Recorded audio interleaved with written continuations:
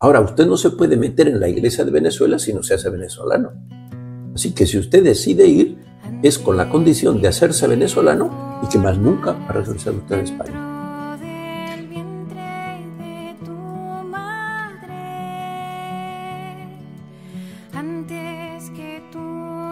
Queridos hermanos, nuevamente nos reunimos con ustedes en este programa de la alegría de la vocación. La alegría de poder seguir a Jesús, de poder servir al Señor en la vocación específica a la que nos llama.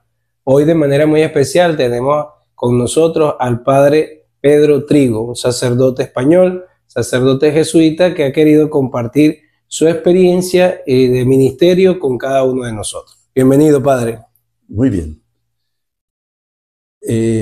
Yo tendría que decir que nazco el año 42 en una familia muy católica. Mis papás iban todos los días a misa y comulgaban, ¿no? Pero vivían el cristianismo de una manera muy personalizada. O sea, eran amigos de todos los curas y amigos como entrañables, ¿no? Pero nunca se les ocurría que el cura es el que dice y yo hago lo que dice el cura. No, yo soy cristiano adulto y lo que me puede aprovechar del cura me aprovecha, pero el cristianismo lo vivimos nosotros. Entonces, eso es lo que me enseñaron a mí, que nosotros teníamos que vivir el cristianismo. Por eso yo hago la primera comunión, no me acuerdo si a los 6 años o a los 5, yo creo que a los 6, no me acuerdo, ¿no? Y desde entonces fui todos los días a misa y comulgué, ¿no? Me tenía que levantar 1 hora antes para poder llegar al colegio, 1 hora antes de mis hermanos, ¿no? Y luego tenía que venir de misa casi corriendo porque estaba bastante lejos, pero para mí era como mi vida, vamos a decir, ¿no? O sea, nunca lo vi como una obligación o nada, sino como ese contacto con Jesús, como si dijéramos, sin el que no podía vivir, ¿no? Que de alguna manera me daba vida, ¿no? Entonces, ¿qué pasó? Que los jesuitas tenían allí una bienhechora y una vez que van para recoger, le preguntan, le damos muchísimas gracias por lo que nos da, pero le quisiéramos preguntar si usted no conoce a alguien que podría ser jesuita. Y ella les da mi nombre y mi correo postal, todo eso, ¿no? Entonces no había correo electrónico todavía, ¿no? Claro. Y entonces ellos me escriben una carta para que si quiero ir a un colegio, y entonces yo les digo que no se me ha perdido nada, ¿no? Entonces, cuando acaba el curso, vienen a buscarme.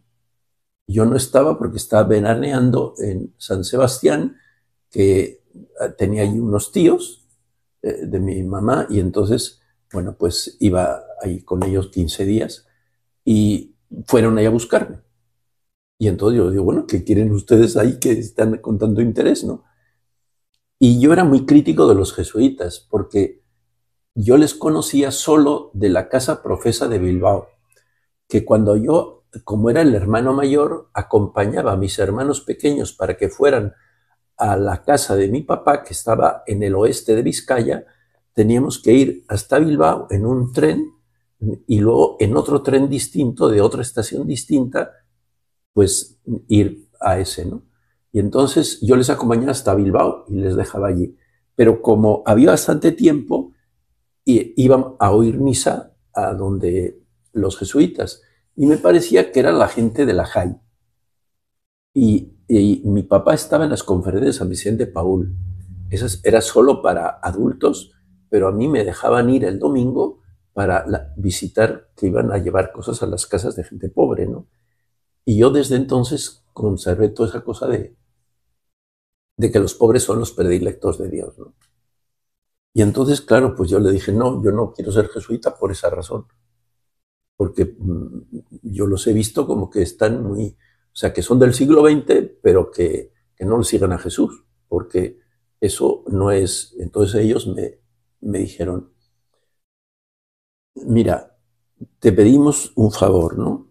O sea, tú piensas eso porque has visto solo esa casa. Te pedimos que vayas al último año de bachillerato, al colegio, nadie te va a decir ni directa ni indirectamente nada de ser tu jesuita. solamente es para que nos conozcas. Entonces, si te sigue pareciendo lo mismo, te sigue pareciendo lo mismo, pero solo para que no sea solo de ver así, sino que sea. Y fui, ¿no? Y bueno, ahí es cuando le di vueltas. Luego había un año de preuniversitario, que fui a otro sitio distinto, a Madrid, y entonces después sí tomé la determinación de ser jesuita, porque me parecía que mi opción cristiana, que era lo fundamental, se podía realizar ahí muy bien. Claro, ellos tuvieron pues no sé, la astucia de, en cuanto fui, llevarme con gente pobre. Y entonces todas las semanas iba a visitar, estaban construyendo una represa y era sobre todo gente del sur, que eran los pobres de España, ¿no? Y entonces íbamos allí a llevarle cosas, a hablar con ellos, bueno, así. Y entonces, bueno, pues luego en el año siguiente, lo mismo. Me fui a un barrio de Madrid y allí iba todos los fines de semana, ¿no? Entonces, entré y a los 2 meses el maestro novicio nos dice: escriban una carta sobre su disposición a ir a Venezuela, porque de los 32 que son ustedes, vamos a enviar 4. Toda la gente quería ir a Venezuela. Yo dije que no. Entonces me escribí una carta al provincial y me dijo: hermano Trigo, usted no tiene votos, luego yo no le puedo mandar. Así que si usted le sigue pareciendo no ir a Venezuela, no va. Pero yo le pido si usted lo puede reconsiderar, porque a mí me parece que usted estaría mucho mejor en Venezuela que en España.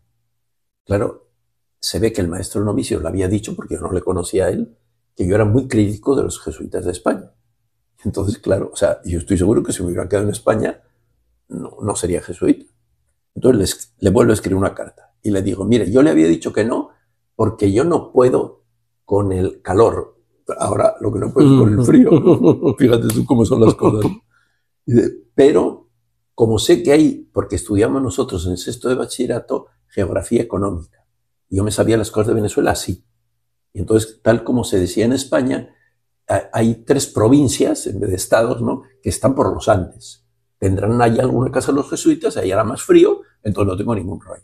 Me vuelve a escribir otra carta y eso es lo que agradezco en el alma. Me dice: no, hermano Trigo, piénseselo mejor, porque usted no va de misionero. Porque un misionero va a fundar una iglesia, pero la iglesia de Venezuela es antigua, no tiene que fundarla. O sea que si usted va para meterse a la iglesia de Venezuela, porque lo que pasa es que hay pocos curas. Ahora, usted no se puede meter en la iglesia de Venezuela si no se hace venezolano. Así que si usted decide ir, es con la condición de hacerse venezolano y que más nunca va a regresar usted a España. Yo le escribo una carta y le digo: me parece muy bien. Como ¡pum!, se saca el chip de España, se mete el chip de Venezuela, me voy a Venezuela, me hago venezolano, punto. Y a los 6 meses estaba en Venezuela, de entrar en el noviciado. En marzo del 60. Entonces, bueno, desde entonces vine para ser venezolano, ¿no? Era el tiempo del concilio, el 60, ¿no? Entonces yo estaba ganado por el concilio. O sea, mi cristianismo era el que luego se plasmó en el concilio y por eso yo estaba muy crítico de cómo estaba funcionando la iglesia. Entonces tuve la gracia de Dios de que no había filosofía en la católica. Estudiamos 2 años de letras, pero no había filosofía todavía. Y entonces fuimos a Quito. Y todavía era que se leía en el comedor, no se hablaba. Y entonces el encargado de las lecturas nos ponía lo que escribían del concilio, todas las revistas de jesuitas. La de Italia, la de Suiza, la de Alemania, la de Francia, la de Estados Unidos y la de España. Y además el diario del concilio de Jean Guiton y de Martín Descalzo. Entonces se puede decir que estábamos en el concilio. Y eso era, propia. Claro, y entonces, claro, yo todo el rato era, pues eso es lo que me parece a mí el cristianismo, ¿no? Entonces eso para mí fue fundamental, porque es poder vivir el cristianismo como a plenitud. no con este distanciamiento de que me parece que lo de la institución eclesiástica no está bien. Bueno, con lo que dice el concilio, yo decía, perfecto. Además, una cosa providencial increíble, cuando me faltaba un mes para venirme el año 66, yo cuando acaba el concilio enseguida sale la traducción en español. Pues yo, la oración de 1 hora de oración diaria fue 2 años enteros sobre los documentos del concilio. Entonces me dice un cura, y yo, parte de mi parroquia es el anejo, es decir, la comunidad indígena más alta de Ecuador. Está a la altura del hielo del Chimborazo, o sea, más de 5.500 metros. Y yo te invito para que les expliquemos lo que es el Concilio Vaticano II, a ver si les parece esa manera de vivir el cristianismo, porque ellos todos se remiten a la colonia, como es aislado, ¿no? Yo hablaba 1/4 de hora, como decían los indígenas, en Castilla, y luego media hora el cura en quichua hablaba de eso mismo con los indígenas. Así estuvimos una semana. Al acabar la semana dijeron que ellos se tenían que reunir. Se reunieron y nos dijeron, nos parece que esa manera de vivir el cristianismo es mejor que la que tenemos nosotros y la vamos a aceptar. Bueno, nosotros salimos contentísimos, con una alegría, pero impresionante, impresionante. Es decir, ¿cómo es posible que funcione esto del concilio con unas personas que están desde la colonia, ¿no? Bueno, o sea que eso fue como lo fundamental. Entonces de ahí me fui a magisterio, que se llama, o sea, la primera experiencia apostólica, que fue en Maracaibo, del año 66 al año 68. Y para mí eso fue fundamental, porque fue cuando empezó, creo que fue la primera comunidad, no solo de jesuitas, sino de religiosos de América Latina, que cambió. O sea, en vez de los 2 primeros meses estuvimos en un colegio. Luego nos trasladamos a otro sitio y cambiaron de superior. Entonces ese superior nos dijo, la comunidad somos todos. Vamos a reunirnos para ver cómo nos pide Dios que nos organicemos. Entonces teníamos una reunión, otra reunión, y vamos poco a poco viendo, bueno, pues entonces esto así, luego esto, la misa así, luego conversamos así, luego, y entonces todo lo hacíamos. O sea, el superior era como si dijéramos el que coordinaba todo, ¿no? El que animaba todo, pero todos éramos sujetos, toda la comunidad. Esa experiencia para mí fue fundamental. Nosotros no queríamos salir de América Latina para estudiar teología, pero todavía en ese momento, el año 68, los 2 sitios de habla española que teníamos los jesuitas, el de Bogotá y el de Buenos Aires, todavía no habían acabado de aceptar el concilio. Entonces le dijimos al provincial, no tiene sentido ir para estar todo el rato discutiendo, porque nosotros no vamos a dejar el concilio y no le vamos a decir a otro que sí, no. Entonces le proponemos una cosa, ir a Madrid, a la Universidad de Comillas, que justo se había trasladado a Madrid, y vivir no en una comunidad de jesuitas, sino en lo que ellos llaman colegio mayor, que es una residencia universitaria oficial en el campus de la universidad. Y ese colegio mayor era para latinoamericanos. Éramos, dependiendo de año, de 330 a 340. Entonces, claro, estudiamos desde América Latina, porque, claro, vivíamos todo el rato con ellos. Y la mayor parte, además, eran posgraduados. Entonces, claro, pues la relación era como muy profunda. Pero, claro, el año 68 era un año de destape sexual y de crítica tremenda, ¿no? Entonces, para nosotros era fuerte estar viviendo allí. Claro. Es el apostolado como más duro que he tenido yo, ¿no? Pero lo hacíamos con toda el alma. O sea, nosotros, ¿en qué se tiene que notar que somos cristianos? En que somos realmente humanos. Esa era para nosotros como la cifra. O sea, ¿quién es Jesús? El que nos supera a todos infinitamente en humanidad. Para mí la cita fundamental es Colosenses 2:9. En él habita toda la plenitud de la divinidad corporalmente. O sea que en su humanidad cabe toda la plenitud de la divinidad. No es lo que se nos había enseñado, que el cuerpo y el alma, por un lado, lo de Dios, y por otro lado, lo humano. No, no, no. No somos como un centauro, mitad. No, no, no, no, no. Dios es toda la plenitud de la divinidad cabía en la humanidad de Jesús. O sea, Jesús nos supera infinitamente en humanidad. Eso es lo que nosotros teníamos claro. Entonces, si nosotros somos cristianos, tenemos que ser profundamente humanos. En eso nos tienen que conocer que somos cristianos. Pero, claro, cristianos a la medida de Jesús. Yo esto lo tenía muy metido, porque ese año que estuve en el colegio de los jesuitas, como sabían que a mí me gustaba mucho leer, me nombraron bibliotecario. Y me preguntaron que qué me parecía la biblioteca. Y yo le dije que me parecía mediocre. Y ellos dijeron, ok, dinos 25 libros y los compramos. Yo les dije 25 libros y la Biblia. Y ellos me dijeron, los 25 libros están muy bien elegidos y los vamos a comprar, pero la Biblia no se puede leer. Entonces, cuando yo salí a la ciudad, fui a una librería y dije, ¿cuál es la Biblia en castellano más científica? Y me dijeron, solamente hay dos, de la BAC, la de Nácar Colunga y la de Bover Cantera. La de Nácar Colunga está traducida de la Vulgata. La de Bover Cantera está traducida de los originales hebreo y griego. O sea que esa es la que es.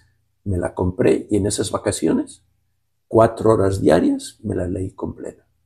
Y luego, desde entonces, mi oración era esa. La escritura. No, el Evangelio solo. El Evangelio. Por eso me acuerdo que cuando todavía estaba en España, una vez el maestro novicios dice que la oración de los jesuitas es la oración de las 3 potencias. La memoria, el entendimiento y la voluntad. Y yo le fui a decirle, no, mi oración es el Evangelio. Si la oración del jesuita es las 3 potencias, yo me voy, porque yo no voy a cambiar la oración. Entonces, desde entonces, mi oración era el Evangelio. Y la cosa se trataba de seguir a Jesús, ¿no? Eso era como lo fundamental, ¿no? Y para mí, ser cura, siendo jesuita, es ser compañero de Jesús. Ahora, claro, yo no puedo ser compañero de Jesús como eran los que vivían en tiempo de Jesús, porque claro, como dice el ángel a las mujeres, él no está aquí. Si no está aquí, ¿qué puedo hacer yo? Seguirlo. ¿Y qué seguir a Jesús? Hacer en mi situación el equivalente de lo que él hizo en la suya. No igual, porque la situación es distinta. O sea, lo que él haría si estuviera en mi situación. O sea que para seguir a Jesús, que es para mí, para ser cristiano, solo necesito 2 cosas. Conocer lo que Jesús hizo en su situación, que eso está en los evangelios, y conocer mi situación como él, por adentro y por abajo, encarnándome por abajo. Eso es lo que yo vi, eso es lo que era, lo que Dios me pedía y mi vocación. ¿Qué me ayudaba a seguir a Jesús? Lo que yo llamo los 4 sacramentos de Jesús. Hay los 7 sacramentos de la Iglesia, pero hay 4 sacramentos de Jesús. ¿Qué es sacramento de Jesús? Presencia real en la ausencia real. Jesús no está aquí, pero ¿qué dice? Tuve hambre, me dieron de comer. Tuve sed, me dieron de beber. Estuve desnudo y me vistieron. Fui forastero y me visitaron. Estaba enfermo y me vinieron a ver. ¿Cuándo te hemos visto así y lo hemos hecho? Cuando lo hicieron con uno de estos hermanos míos más pequeños, me lo hicieron a mí. Quiere decir que el primer sacramento de Jesús son los pobres. Entonces esa era la primera cosa. Yo, ¿dónde me encuentro con Jesús?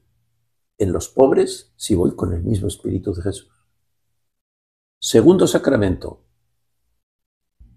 Cuando 2 o 3 estén reunidos en mi nombre, ahí estoy en medio de ellos. Bueno, por eso están los compañeros de Jesús, mis compañeros de comunidad y los otros a los que hemos ido ganando a la causa de Jesús y los que ya eran ya cristianos y estamos como siguiendo todos a Jesús. Y por eso, ¿qué nos hace compañeros? El seguir a Jesús. Todos seguimos al mismo, pues todos somos hermanos en Cristo unos de otros. Entonces, Jesús está presente en nuestra fraternidad, cuando no es una fraternidad como cerrada, o sea, por ser de esta congregación religiosa, no, sino por seguir a Jesús. Entonces, eso es lo que tenía yo que procurar, ser hermano, pero en Jesús, que Jesús sea el que me hermane con el otro. Tercer sacramento, los evangelios. Si los evangelios se leen con fe, Jesús está allí realmente presente. O sea que yo le puedo contemplar, no es una ficción. Yo le contemplo a Jesús cuando contemplo con fe los evangelios. Y el cuarto sacramento es la Eucaristía, el cuerpo y la sangre. Ahora, todos los sacramentos están ligados. Por eso Pablo le dice a los corintios que no celebran la cena del Señor. Y sin embargo, había lo que se decía en la teología tradicional de los sacramentos: materia, forma, ministro y sujeto. Pero Pablo dice que no. ¿Por qué? Porque venían los señores y mientras los sirvientes estaban trabajando, ellos se comían todo. Entonces dice, como ustedes olvidan a los pobres, no reciben al Señor. O sea que Dios, Jesús está en la Eucaristía, pero si funcionan los otros sacramentos, si no, no. Eso lo dice Pablo tal cual. Bueno, entonces, eso es para mí la vocación, como ser compañero de Jesús, ser compañero de los compañeros de Jesús y seguir a Jesús. Por eso, desde entonces, mi oración de todos los días, la hora de oración, es leer los evangelios. Cada trozo del evangelio lo leo como en 5 horas, durante como 5 días. Y así voy, un evangelio, estoy como año y medio, 2 años, dependiendo del evangelio, de lo largo que sea, ¿no? Y luego al otro, y luego vuelvo otra vez, así, ¿no? Pero, bueno, me demoro mucho tiempo, ¿no? Sí, por eso es que es importantísimo que no es que me estoy leyendo como una historia, sino que me detengo. No, le contemplo a Jesús. Contemplo. O sea, mi cosa es contemplar con fe a Jesús. Por eso, preguntarme qué es lo que está diciendo la escena. O sea, qué pasa con la escena, ¿no? Por eso tengo desde los años 70 grupos de lectura orante, que nos hacemos una comunidad profunda, precisamente porque contemplamos juntos los evangelios. Y eso nos hermana de una manera profundísima. O sea, el lazo de unión es haber contemplado juntos los evangelios, ¿no? Y de ahí vienen todas las demás cosas. Pero el contemplar juntos los evangelios es lo que hace que esa comunidad sea trascendente. Que siempre estemos mirando a Jesús como algo que nos va a superar durante toda nuestra vida. O sea, nunca llegaremos a Él. Bueno, toda la eternidad estaremos contemplándolo y nunca lo agotaremos, ¿no? Nunca. Bueno, por eso, para mí, dar a conocer a Jesús, pero de esta manera, pues no como científicamente, sino con fe, para que Él sea nuestro compañero y nosotros le sigamos, esa es como pues como mi vocación, como lo que me pide. Entonces, bueno, pues, por ejemplo, ¿qué es la materia más importante que doy en teología? Cristología bíblica, que son 2 sesiones a la semana de 2 horas y cuarto. Entonces, yo les digo cómo es la cosa, o sea, cómo va a ser el tema siguiente, y entonces son las 4 mismas preguntas que hemos tenido aquí, ¿no? Lo que no se entiende, lo que me resuena, lo que me disuena, lo que no me suena. Entonces, los alumnos hablan durante como 20 minutos, así. Yo voy apuntando todo y luego doy la materia clasificándolo, poniendo el orden en el orden que es la materia, no en el orden que ellos me lo dicen, sino en el orden de lo que es lo más esencial y lo que viene después, ¿no? Y así doy la materia, como respondiendo a ellos. Y todavía ellos me vuelven a preguntar y me vuelven a preguntar y acabamos la clase y me siguen preguntando. O sea que yo me alegro mucho de que para ellos eso sea como tan importante, ¿no? Ahora la mayoría son seminaristas, son de 7 diócesis distintas, ¿no? Y ellos entienden que tienen que cambiar toda su idea, pero les parece que esto es mejor. Y entonces dicen, nos causa dolor cambiar cosas que habíamos pensado siempre, pero nos parece que es así. Y entonces por eso lo hacemos con gusto, aunque nos cause dolor, ¿no? Entonces, bueno, pues por ahí va lo que para mí es ser presbítero, que yo entiendo sobre todo como ser cura, en el sentido de lo que significa, ¿no? Preocuparse, ocuparse, interesarse por los demás, o sea, ayudar y también ser ayudado. O sea, yo siempre en los grupos de estos que tengo de lectura orante, siempre les digo eso. Yo no vengo aquí para ustedes. No, yo vengo como ustedes. Ustedes vienen porque necesitan. Yo también necesito. Entonces, todos necesitamos de Jesús.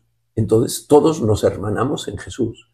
Pero yo recibo el Evangelio como ustedes reciben el Evangelio. Yo les ayudo para la interpretación al principio de todo, para cómo lo que significan las palabras y todo eso, ¿no? Pero luego la contemplación ya la vamos haciendo entre todos, ¿no? Entonces, bueno, pues eso es lo que para mí es lo fundamental. Entonces, todas las cosas que yo voy escribiendo, pues trato de hacerlas siempre desde esa perspectiva, ¿no? Por ejemplo, estoy escribiendo un artículo sobre el documento final del sínodo. Entonces, ¿qué comienzo diciendo? Estoy de acuerdo con cada una de las afirmaciones del documento, pero no estoy de acuerdo con el método, porque el método es doctrinario.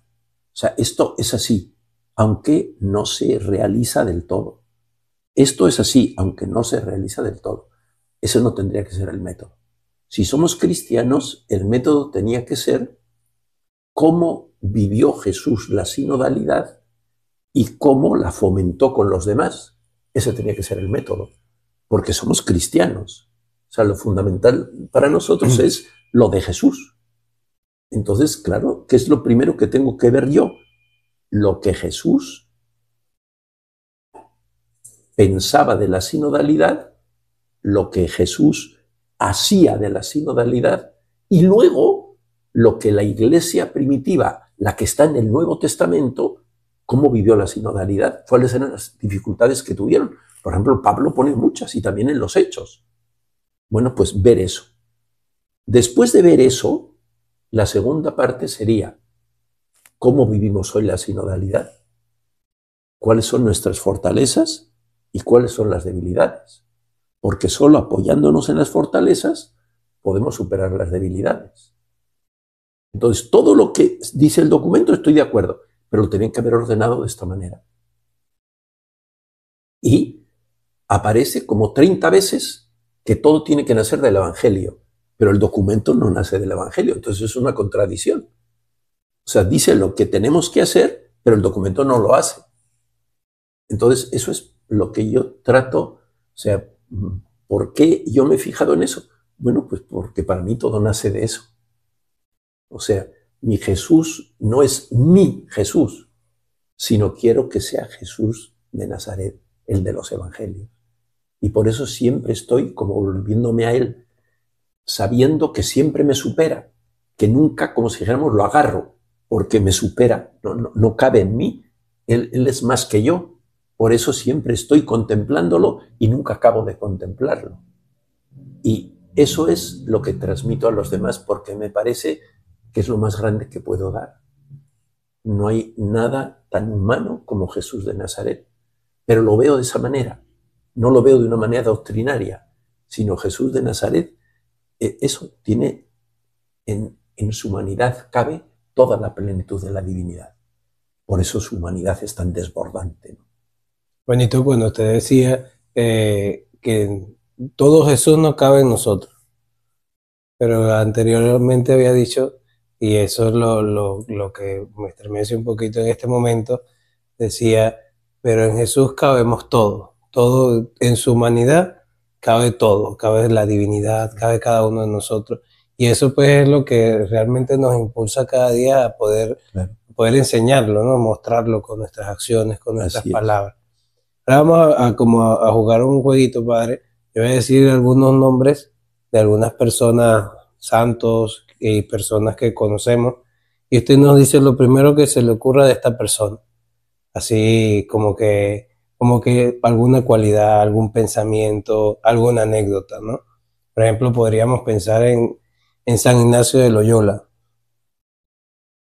Bueno, ¿qué es lo que más me une a mí a San Ignacio de Loyola? San Ignacio de Loyola no sabía nada del cristianismo.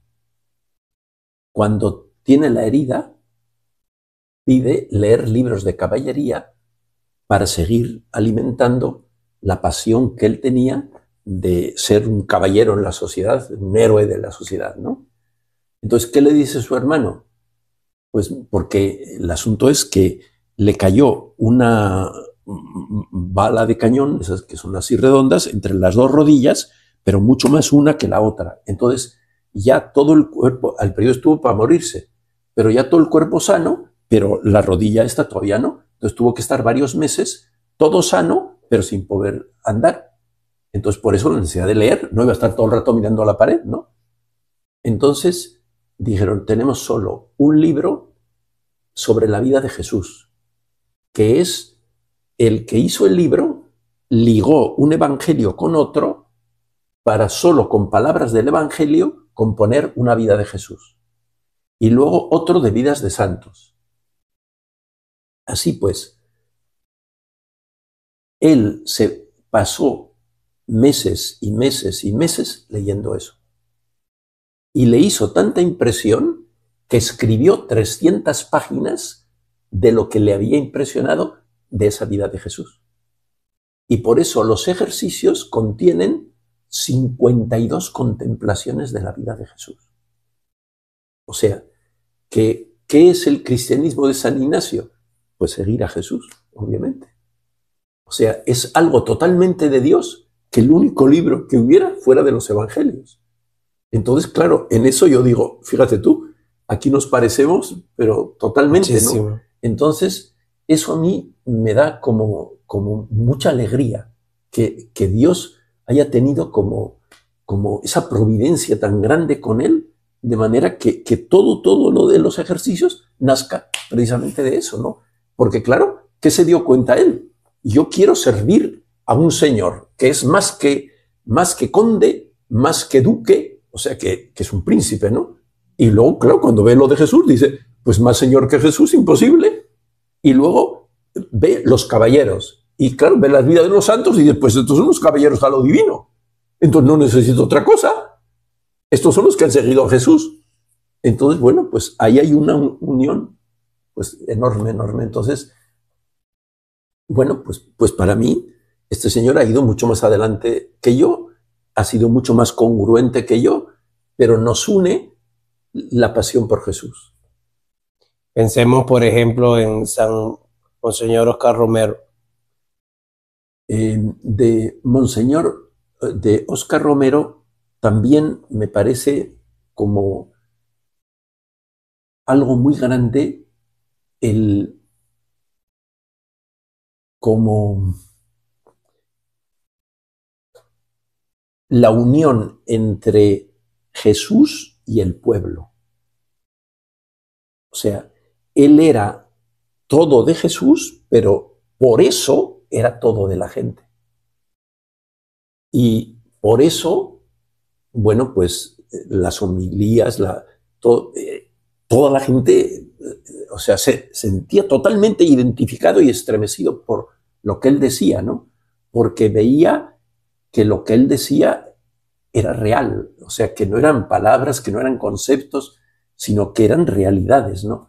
Y ciertamente yo he leído muchas veces las homilías suyas y me impresionan siempre, o sea, las puede leer uno una vez, otra vez, y siempre le estremece, ¿no? Por lo mismo, ¿no? Como era de Jesús, como se había entregado a él, era humanísimo. Y por eso ayudó mucho, mucho, mucho a la gente. Y por eso lo mataron. Por eso lo mataron, porque era tan tan opuesto a una dictadura, ahí, que claro, todo el pueblo estaba con él. Entonces el gobierno estaba totalmente ladeado, porque para el pueblo él era el que marcaba el rumbo. Entonces, claro, lo tuvieron que quitar del medio. Entonces, por eso creo que te decía que me impresionó mucho que yo estuve diciendo misa en el altar donde lo mataron. Y claro, uno miraba por la puerta desde la que entró la bala, ¿no? Y entonces, claro, se estremecía uno, ¿no? Y bueno, pues para mí realmente es un gran testigo de Dios y de Jesús en América Latina. Entonces, como si dijéramos, lo suyo no ha muerto, está todavía vivo. O sea, que tú te lees cosas, por ejemplo, en Amerindia suelen aparecer todos los sábados o así, no me acuerdo qué día, que cuando aparecen las homilías del domingo, la homilía de Romero sobre eso. Y bueno, siguen siendo cosas que todavía le parecen a uno actuales, ¿no? Entonces, por eso yo doy muchas gracias a Dios por su vida, ¿no? Y sobre todo, pues porque él fue haciéndose así. O sea, los jesuitas que yo conocí cuando le hicieron obispo, le sentó mal, cuando le hicieron arzobispo de San Salvador, porque lo que conocían de antes era como un cura tradicional, así, ¿no? Pero, o sea, que tiene más importancia porque fue haciendo una evolución personal, igual que el Papa actual, ¿no? O sea que eso es valiosísimo, valiosísimo. Bueno, padre, ya como para concluir un poco, darle un mensaje a todas estas personas que nos escuchan, no son solo jóvenes, son también adultos, son padres de familia, son sacerdotes, son seminaristas, son muchachos que quieren hacer algo con su vida. ¿Qué le puede decir el padre Pedro Trigo a esta juventud, a esta gente que nos escucha en este día? Bueno, lo que le quisiera decir es esto que les he dicho, que en Jesús habita toda la plenitud de la divinidad corporalmente. O sea, Jesús es la persona infinitamente humana. Entonces, si yo quiero ser humano, si para mí la vida merece la pena por ser humano, pues seguir a Jesús es el camino más humanizador que puede haber. Entonces, yo lo que les diría es, síganle a Jesús. Así no pierden el tiempo. Si hacen otras cosas y no le siguen a Jesús, se están extraviando. Síganle a Jesús. Eso es lo que les diría. Y para seguir a Jesús están los evangelios. No son doctrinas, no son ritos, no son preceptos, no, son la vida, la narración de los evangelios, hechos y dichos. Pues Dios quiera que les toque el corazón Jesús. Bien, pues agradecido a todos ustedes por habernos escuchado, por acompañarnos en este día, agradecido al Padre Pedro por su compañía, por su testimonio, y recordarles que, como decía el Padre, ¿no? Seguir a Jesús es poder vivirlo, poder leerle, poder mirarle en el pobre, mirarle en la Eucaristía, mirarle en la palabra, y pues en medio de eso, pues saber que todos cabemos en el corazón de Jesús. Que Dios les bendiga. Amén.